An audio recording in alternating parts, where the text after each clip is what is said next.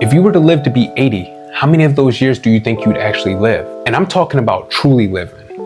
I'm not talking about surviving. I'm not talking about existing. I'm not even talking about just going through the motions of life. Like I stated, I mean really living. Living with purpose, with clarity, with joy, and in your full potential. Because when you subtract childhood, you subtract your school years, the years you sleep, and the time wasted on things that don't even matter, you're not gonna like the answer. But honestly, you need to hear it. And you need to hear it before it's too late.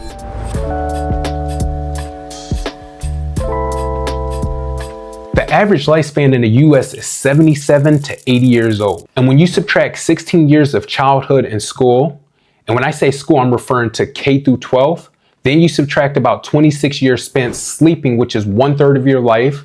And this one, you're not gonna like, but I'm gonna say it. You subtract about 10 years spent working a job that you don't even love, yet alone like. Then you subtract another 6 years watching TV or scrolling, 4 years commuting back and forth, another 2 to 3 years dealing with distractions, stress, and drama. By the time you tally that all up, you may only get 8 to 12 years of truly living. And if you don't intentionally change something, you're just stuck. Let that sink in. 8 years. That's less than 3,000 days to do something meaningful, impactful, and fulfilling.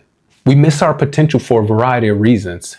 We're conditioned early at a young age to follow a system and not our calling, not what I was actually meant to do or even want to do. So many young adults go into career fields because of this system of go to school, get good grades, go to college, get a degree, get a good job. Not knowing or understanding that the job, which is a part of the system, controls more of your life than you actually do. I want you to think about it. There are 52 weeks in a year. You will likely get 2 to 4 weeks of PTO, and that's likely after years of service. That means that the other 48 to 50 weeks of that year, you have to show up for someone else. And if you're an overachiever, well, congratulations. We'll pay you more money and give you more responsibility. The problem here is that more responsibility and a higher salary comes with more of your freedom being given over. Now you're likely on call on your off hours, and your 2-day weekend has now become a 1-day weekend, hopefully. Then there's the fact that society rewards safety, not potential. Meaning if you play it safe and follow the rules that are placed in front of you, you'll be rewarded.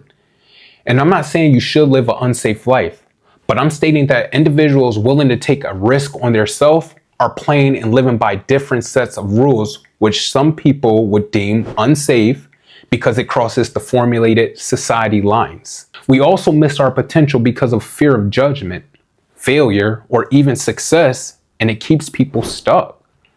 No one wants to be judged by their family, their friends, or their coworkers. Who really wants to fail? I can tell you, I don't, and because of it, I operated in fear for so long. Finally, we postpone joy and fulfillment for retirement. But here's the thing. Most of us will never make it there. Most people will work past 65, 70, and even into their 80s. If you died tomorrow, would the world have seen the real you or just the version you were told to be? I've worked for the same company for 17 years, and I can't remember the last time I worked an 8-hour shift. I can't even remember the last time I didn't not answer my phone on the weekend for my job. Every year, I lose 2 to 3 weeks of PTO because my company doesn't pay it out and they don't roll it over, so you either use it or you lose it. But when you have multiple projects going on and they require you, you can't take the time, so you lose it. At least that's how I've seen it. One day I was packing up to go back to work, and my 8-year-old son's eyes started to water up. He was emotional because Dad had to go back to work. Dad works on the road in many states. For the first time in my life and my existence, I had truly had my heart pricked, and a sense of pain hit me. I had missed so much of my kid's life, and now it was evident, and I seen it through my youngest child.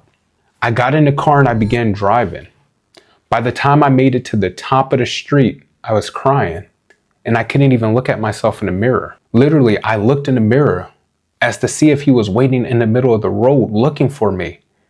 And I became disgusted with my own face and couldn't even look at it. I didn't recognize myself physically or spiritually anymore. That was the day I said, no more surviving, that I actually want to live. Have you had your moment yet? If not, this is it. This video is your wake-up call. It's time to start fully living. And it doesn't mean riches, doesn't mean fame or escape, to be clear, even though that's the goal or the goal. But it means clarity in your purpose, what you're meant to do, what you were created for. It means ownership of your time. No more giving all your time to a job that will replace you when they decide or when you retire. Because truth be told, you really won't be remembered by your job, maybe for a month or even a year. But in time, your name and the things you've done, they're gonna fade away. But your family, they'll remember everything. So that's who should get your time. What it is, it means creating more than you consume. We were created to create, not just consume. Individuals who create, they add more value to the world. And we all can add more value if we actually look inside of us. When you live life fully and not stressed out, you can open up your mind and your heart more, which allows you to fall in love with things, people, and life. Living life fully means that you get to serve others with your gifts that God actually placed inside of you. There's so much that you have to offer, but there's no way that you can do it when you're exhausted, when you're tired, and quite honestly, when you're frustrated with life. The richest people aren't the ones with money. They're the ones who wake up with meaning. I want to show you how to start living your life. First, you need to audit your current life. Where are you spending your time? Are you fulfilled at work? Are you happy? Are you excited? Who drains you versus who fills you? Most people won't admit this openly, but there are people in your life that are killing your joy. Next, you got to define your potential. Not your job's potential, not your significant other's potential, not your parents, but your potential. What could life look like in 1 year if you stop playing small? Would your career look different? Would your relationship? What about your bank account? Then I want you to visualize that daily, because that's where you're headed. I want you to start one daily habit of intention. Whether that's morning silence, morning prayer, morning workouts, do something with intention. Learn a new skill. Turn on your camera and hit record. This is literally what I'm doing. This is a new skill that I picked up and I began the process of learning, and it's helped me to be more confident. It's helped me to be more disciplined, but it's mainly helped me to become a better communicator. Like I said, you were created to create. You literally have so much inside of you. Eliminate dead time, and this may be hard for you at first, but you gotta do it. Cut the TV off. It's a distraction, and it's not helping you to grow. Cut toxic people out of your life.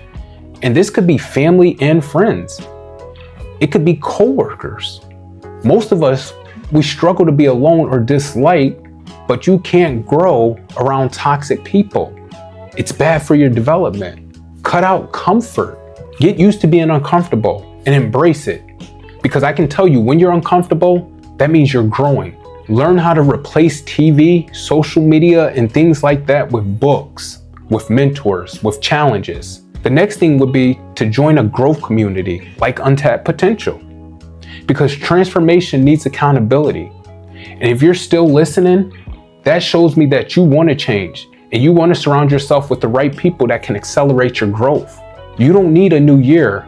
You don't need a new job or a new city. You need a new level of commitment to yourself. Time is the most unforgiving currency, and every day that you delay is a day that you will never get back.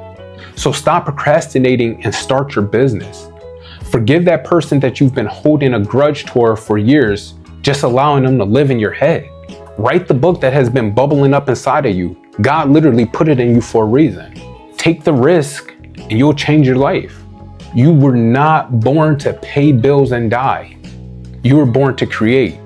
You were born to grow, to lead, to live. You don't need to change your life overnight, but you do need to stop waiting for the perfect time, because it's not about how long you live. It's not about how long you live. It's about how deeply you live.